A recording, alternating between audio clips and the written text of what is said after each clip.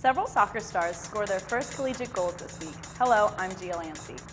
And I'm Tyler Small. Conference play has begun for most of the fall sports, and we will see where they stand in the A10 rankings. You're watching LaSalle TV's home for Explorer Athletics, SportsLine.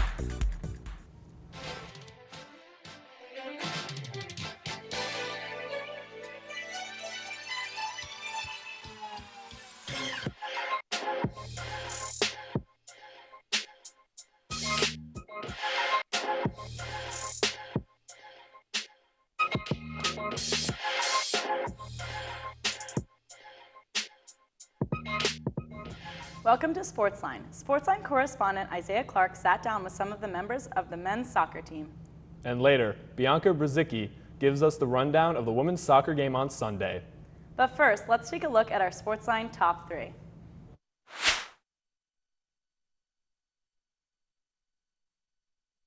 Number 1, women's basketball alum Cheryl Reeve, class of 1998, was named the 2019 WNBA Basketball Executive of the Year. Reeve became the head coach of the Minnesota Lynx in 2010 and has led the organization to not 1, not 2, not 3, but 4 championships over her time. The 2-time WNBA Coach of the Year took control as the general manager of the Lynx in December of 2017. She transitioned the team as they lost several stars from their dynasty, yet never missed the playoffs either of the last 2 seasons. Reeve boasts the highest winning percentage of any head coach in the WNBA. Number 2, former athletic director Bill Bradshaw will be honored by the Philadelphia branch of Coaches Against Cancer. He is slated to receive their Champion of the Hope Award for his dedication to the game of basketball in the Philadelphia area. He recently closed out his 40-year career with a return to LaSalle for his second stint with the school. The tenure saw him hear both current head coaches Ashley Howard and Mountain McGill-Verray. And number 3, LaSalle Baseball's Eric Jans. The senior relief pitcher has been selected to the NCAA Student Athletic Advisory Committee representing the Atlantic 10 Conference as the head chair. Jans is one of the 32 student athletes in the nation granted this position. The right-hander has both excelled on and off the field throughout his 4 years, as he was a key contributor for the bullpen, picking up 3 wins and posting a sub-3 ERA as a student receiving the Atlantic 10 Commissioner's Honor Roll 2 years in a row as well. Jans will represent LaSalle proudly across the NCAA with this great honor, and we are excited to see what he will bring to the table. That's really amazing about Cheryl Reeve. I mean, I think she's probably one of the best alumni or most successful alumni that we've ever had. I mean, she's probably the best WNBA coach of all time. Easily, I would 100% agree. You just look at that title. I mean, I've had half the time the WNBA has been around, 10 years of the 20, and she's won 4 championships. She's already up there amongst the greats in her career in the WNBA, whether it's in a coaching role or as the head executive as she is now. She's just flourishing in the position, and she's a great staple for both women in sports and, above all else, LaSalle alum. And we love women in sports over here. But she's also the most winningest WNBA coach of all time. That's great.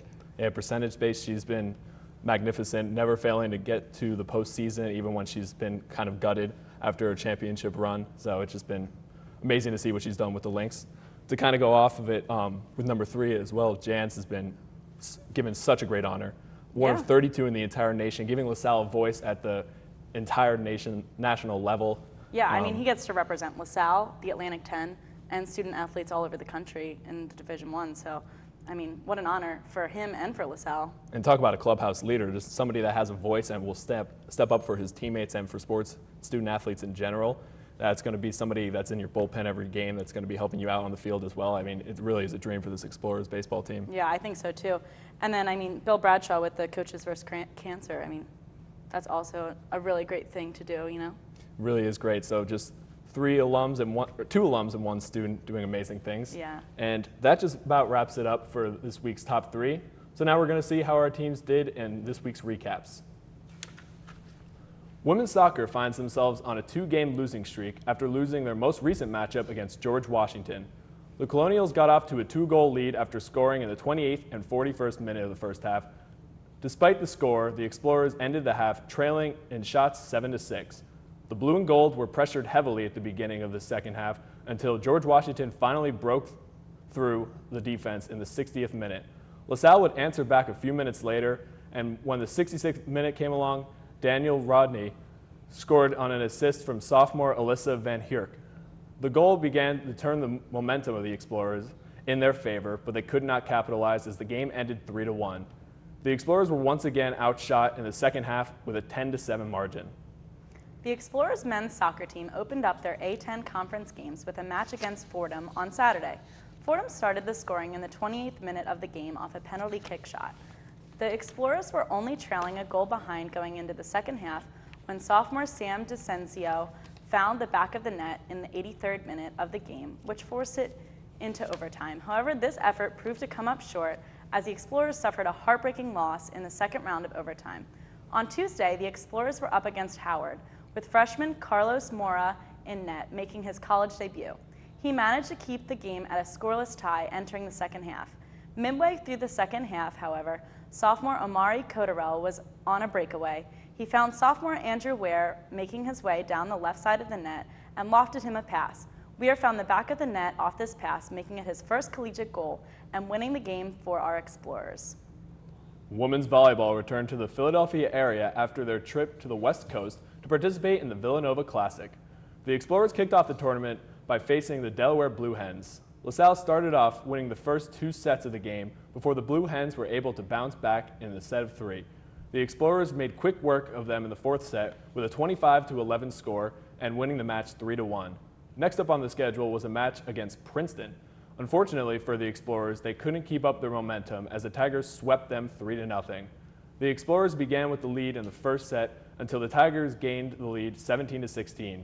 A kill from senior Catherine Edgington made it even after that 23-all, but Princeton took two straight points to win the set.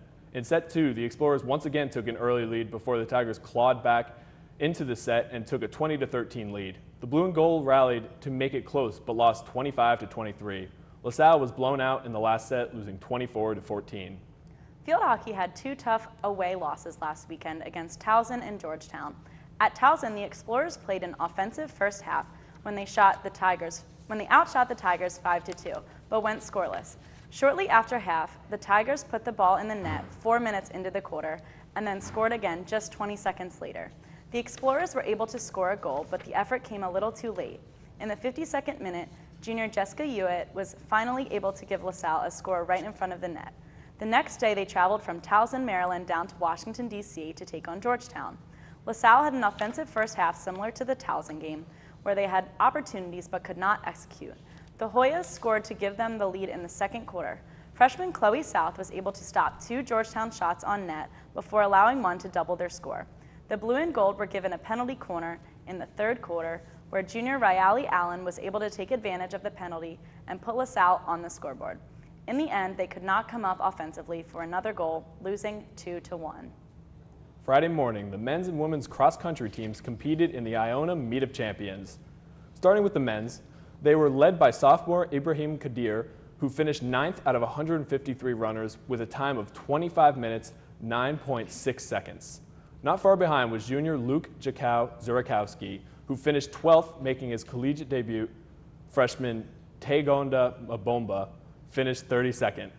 The rest of the Explorers finished 45th, 50th, 52nd, 53rd, and now moving on to the women's, 4 Explorers finished in the top 20 of the field of 163. Sophomore Mancini and junior Lexi Ciartino led the way, placing 12th and 13th with a time of 18 minutes, 28 seconds and 18 minutes, 21 seconds. They were followed by Liz Mancini, finishing 15th, freshman Jakira Gerfrano rounding out the top 20 with a finishing time of 18 minutes and 40 seconds. It was another split weekend for the men's water polo team as they picked up a pair of wins at the Bison Invite. The Explorers had a solid first day of play, tallying both of their weekend wins in each of their matchups. LaSalle dominated Mercyhurst in Game 1, with a second half scoring blitz and 8 saves by freshman goalkeeper Adriano Zunino. The Explorers reigned victorious with a final score of 12-8. The blue and gold continued their momentum into Game 2 with a 12-5 victory over Washington and Jefferson. Freshman Callan Shimilar was on fire as he led LaSalle in goals. Unfortunately, the Explorers were not as successful on Day 2 as they endured back-to-back losses, dropping to Fordham 15-9. Their first matchup of the day, the Blue and Gold faced a tough first half against the Rams before being shut out in the third quarter. To round out the weekend, the Explorers were taken down by Bucknell with a 16-10 loss as the Bison capitalized on early scoring opportunities at the start of each half. That's all for recaps, but when we come back, Isaiah Clark will sit down with two soccer players. We'll be right back.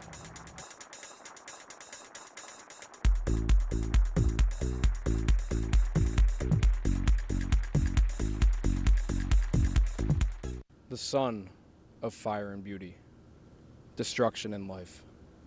Something so magnificent you can't even look at it. My son of fire and passion, life until death. Something so magnificent you can't look away. Maybe because we don't look at the sun, we are afraid that we might not be able to let go of the beauty that just might end up destroying us.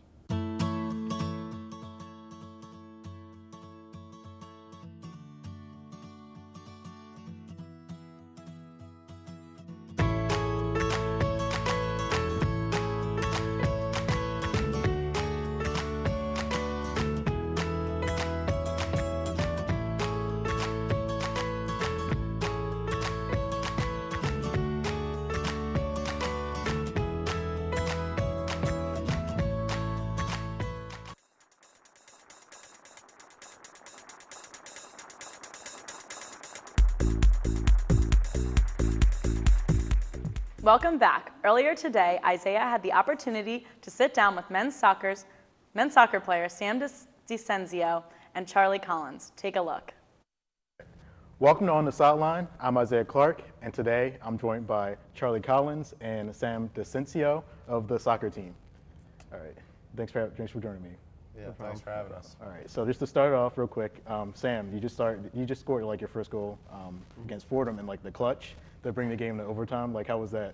It was probably one of my favorite goals I ever scored in my life, to be honest. As we were down the game, we were getting so close, time after time in the second half, and finally a ball just bounced perfectly to me, and the goalie was just off his line and went in.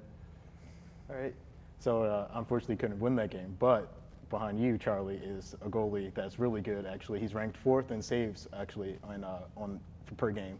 He has like 4 or something. How is it playing like with Brett Warner behind you?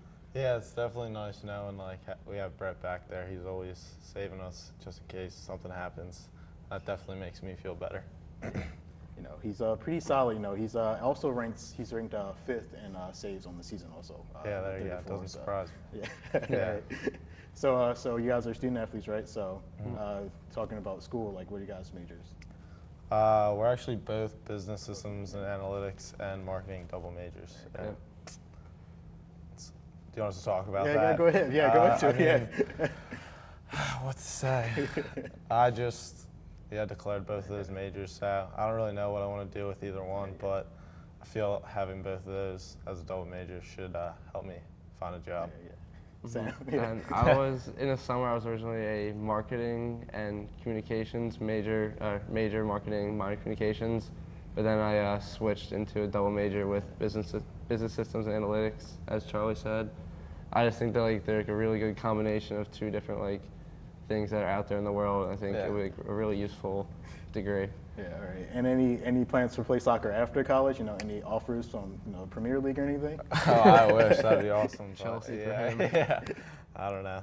Just playing with friends, probably not anything serious for me at least. If there's just an opportunity somehow to play the highest level you could for a year or two after college, I think that'd be really fun. Right. So you guys have been on the team for about 2 years now? Yeah. All right. So you guys have been around the country, I would guess. What's your favorite place so far that you guys visited? Favorite place? We went to St. Louis, but they don't really have good pizza there, so I can't say that was my favorite place. I don't know. What do you think? I like George Washington. I thought they had a really cool field, and also they had really nice locker rooms that were new. That's probably my top destination. Although I did like St. Louis's field probably the most. Oh, St. Yeah, Louis they did is have a nice. nice field, The but pizza's their wasn't pizza's good. horrible. What so. about the city? Like, is St. Louis the favorite city also? We didn't really get to see too much of the city. We saw the arch and everything, but yeah, we didn't really get to walk around. You guys been to New York anywhere? Like, anywhere in New York? Well, this year we went to yeah. Brooklyn actually, and we played on like a pier, and like right across the like river was Yeah, you can the see New York City. Manhattan. It was pretty cool. And that was probably the coolest location we saw. Yeah. All right. And, you know, so far, what's like been your favorite moment on the team? Favorite moment? Yeah. Favorite moment? That's a Just tough say one. anything. It doesn't even have to be on the field, honestly. Well, we just had our first road win, so like as per tradition, after the first road win, the freshmen have to dance on the bus. That was fun our first year. We all had to do it, but this year it got cut short. The bus driver didn't like it, so we had to sit down. But yeah, that's always probably like my a favorite fun moment. ritual from the team. Yeah, I don't know. On the field, we had a pretty rough season last year, but I don't know. I still Actually, think it's a maybe good Soji's moments. goal against NGIT to win it in overtime. That's probably one of my favorite moments. Same. So you guys are a pretty young team right now. There's only about 4 seniors on the team right now. So like, what's it like being, you know, basically made of just like sophomores and freshmen?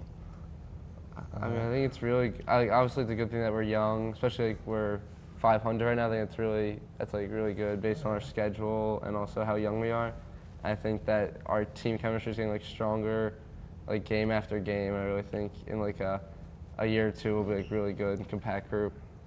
Yeah, I mean, last year with all the freshmen that we had, there was a lot of learning curves, but I think each year we play, the better we're going to get, and that's proven itself this year. So far to be true. All right, and I mean, there is still like seniors on the team making an impact. You know, like Pat McCarthy. Can you guys talk about like what his impact on the team has been so far? No, he always gets the boys going when we need to. Always there to rally us. I mean, I love him as a captain. Brandon Guntkers, we call him BG. He's also our captain, but those two really know, like, when the team needs to be motivated, what to say, how to say it. So I like them both. I think Pat, he's just like a great leader, and this year he's always seemed to like find the goal when we need it. Like in our first game, we had a game-winning goal against Iona, and I just think he really gets like our team going. Especially like a team, like it's kind of like intimidating to be playing a bunch of guys that are juniors and seniors when we're like sophomores. And he just like gives us the confidence we need. So you guys talked about the bus dancing, but is there any other like funny moments, any like stories that you can tell? You know, any PG stories about the team? PG stories we can tell? I don't know. I mean, it's not really. We have like a ritual. It's kind of a small group. We just go in ice bath after every practice, and it's kind of like funny seeing people's faces as they get in. It's just freezing. Yeah, nothing really else. No other traditions or rituals we do. We support the water polo team now. Yeah, we're big All the water games. polo fans. They're fun to go to. Everybody else should go out and support them. Shout out to the water polo team. Yeah, exactly. All right. And like, so funny moments? You know, obviously you talk about your rituals. What's like a funny player on the team? Like, who's the funniest guy? Funniest on the team. Patty's pretty funny. Pat's really funny. Yeah. Things that Mike Finley do and say are funny. He is like, not trying to unintentionally. be funny, but he is funny. Who else? Yeah, I don't know. I'd probably say Pat's the funniest on the team. He's the comedian of the team. Yeah. All right. And just wrap it up, just to talk about, you want to talk about the impact on your coaches, like have on you guys, that's like your development wise? Yeah, I mean, they definitely have their hands full with the young team that we have, but like Pat and Brandon do, they know how to get us going. And they know we're a young team, so they know they have to give us some direction when it's needed. And then also it's like we have a very new coaching staff too. I think our head coach has only been here for about 4 years now. Yeah. And then same with our goalie coach / assistant. This is the second year, and then our final coach, Mike Descavage, he's new here actually. He's been here for like not even a month yet. Yeah. But I thought they're all like, able to handle us really well and like point us in the right direction. All right. I want to thank you guys for joining me. It's been fun, especially the dancing on the bus. All right, that's a new one. Yeah. All right. So I'm going to send it back to the desk. Thank you for that, Isaiah. Now, when we're talking about this men's soccer team, it's really good to see some of the youth coming into it. I know you wanted to talk more about that. Yeah, I mean, it's such a young team, and like they were saying in the interview that, you know, they have a lot of young players to like bring up the team for the next few years. And I mean, Sam scored his first goal of the season at a clutch time in that game. And then we also had Danielle Rooney from the women's soccer team score her first collegiate goal. So the underclassmen are just really killing it right now. Yeah, no, it definitely is good to see. First for Desencio in double overtime, the game tire, huge moment. So to see something like that really is great from your youth, just in general for a team that both the men's and women's sides, as you mentioned, really have struggled to get their offense going. So to see it for head coach Pat McCarthy, to see the growth of his team, hopefully being able to build from underneath him with offense heavy, where LaSalle has in the most recent years been known for defensive strengths. Definitely will be big to see. So definitely what they're looking for in recruitment, and this is a great year trying to push for that playoff experience of your young guys, try and get them some offensive strive, some offensive confidence. Definitely. We have one last break, but when we come back, we'll send it over to Bianca Brzezicki for the Explorers Report. Stay right here.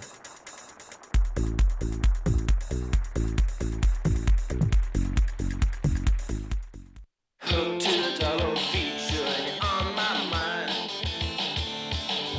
Return of the creature, the crawler from the subway line. You're always keeping me waiting, keeping me waiting for you.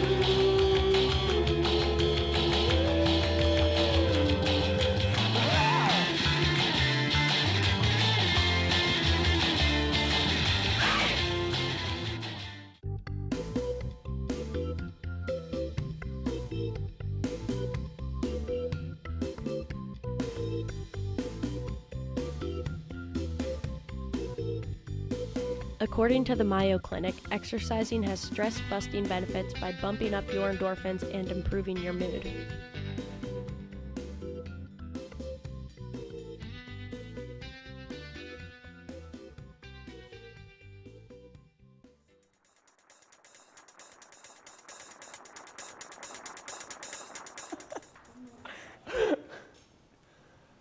This week kicks off LaSalle's Tailgate Series and will feature games from men's soccer, men's water polo, women's soccer, field hockey, and volleyball. The first tailgate that will take place will be Saturday, September 28th for the men's soccer against Duquesne. The next day, men's water polo takes on George Washington, with the tailgate taking place outside of Kirk Pool. Thursday, October 3rd, we'll see women's soccer match up against VCU. The final two games of the series will take place on Friday, October 4th, with field hockey playing St. Louis and volleyball playing George Mason the following weekend. To get the campus hype for the upcoming basketball season, the school will hold their second annual Hoops Madness on October 10th.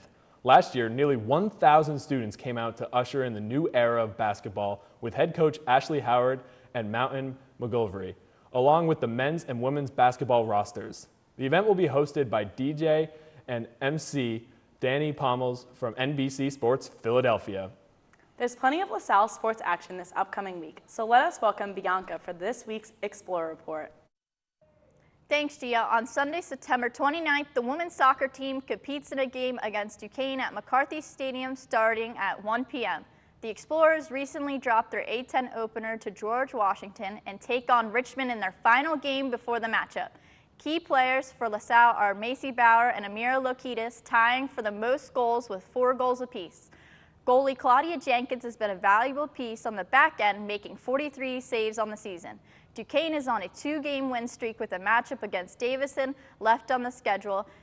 Deanna Diablo is leading the Dukes offense so far with 6 goals on the season. On defense, goalie Megan Virgin has been a brick wall. She ranks second in the A-10 on saves per game with 5. The Explorers must have a strong game from the always reliable Jenkins to keep firing at the net to pull out a win in this match. Thanks, Bianca. Yeah, I think it's going to be a good game this week. I mean, you know, it is part of the tailgate series, so and it's at home, you know, so. Yeah, so hopefully that'll bring out a good crowd for the Explorers to build off of and feed off of their energy. A lot to prove here. Duquesne coming in, they're the preseason favorites, co-favorites to win. So just a statement victory for them, who's trying to get above 500. They're 4-4-1 right now, so trying to get over the hump. So it'll be big time just to protect your home field if you want to go for a playoff push, which of course these Explorers are. And they're going to have to be led in what fans would probably assume as a boring game, as we said in the last segment, like very defense-oriented, held down by Claudia Jenkins, who's one of the best goalies, if not the best goalie in the A10. So just being able to capitalize off of them and just defending your home field, that's the difference between winning in the A10 playoffs and losing. Yeah, and I mean, I think obviously Claudia Jenkins is like a brick wall right now, but also like the upperclassmen strikers like Macy Bauer and Imari Lukitas, I mean, they're killing it also. So I think that they have a good chance against them. So only getting outscored right now, 11-13, which isn't mind-boggling stats, not a great differential. Obviously, you're on the lesser side of it, but still, just knowing that it's defensive based, knowing you're going to be in those low-scoring games, it's going to be very physical, a lot of time with the ball in your side of the field. It's going to be different for Duquesne to see, who's had such great offensive success this year, but hopefully LaSalle will be able to stick to their momentum, their tempo, and their game style. yeah, and I mean, also I think that the underclassmen have stepped up and are, starting to take a stand, and I think they'll be able to help out the upperclassmen as well. So, but my pick was I think that LaSalle's going to win 2-1. Yeah, I'm in that favorable boat as well. I think it's 3-1. The Explorers are going to come away victorious, and again, it just comes down to protecting the home field, protecting your fan base. You're ending out the season. Season's starting to change. This is when the exciting soccer of all fall sports, you can really say, really begin to ramp up. Yeah. So, and I mean, I think that, again, it's a tailgate series, so I think that a ton of people are going to show up to the game. And I think that they really feed off of that energy, especially the women's soccer team. So. And just Bauer in her last couple of games, not sure how much longer she'll have. She'll definitely make sure to have a huge impact in this game. For sure. But that just about wraps it up. Before, though, we're sending going it to talk to Bianca, about, sorry. My pick for this week is Duquesne to win 2-1. That just about wraps it up for this week. If you can't make it out to see the Explorer Report, be sure to tune in next week for our coverage. Keep up with this weekend's other sporting events by visiting goexplorers.com or check out this week's edition of The Collegian. Also, check us out on Facebook at facebook.com/LaSalleTV and on Twitter and Instagram at SportsLineLTV. And make sure to answer this week's polls, cookie or cream or cookie dough. Surprisingly, Pepsi won last week against Coke in a tight race. For Isaiah, Bianca, and our SportsLine team, I'm Gia Lancey.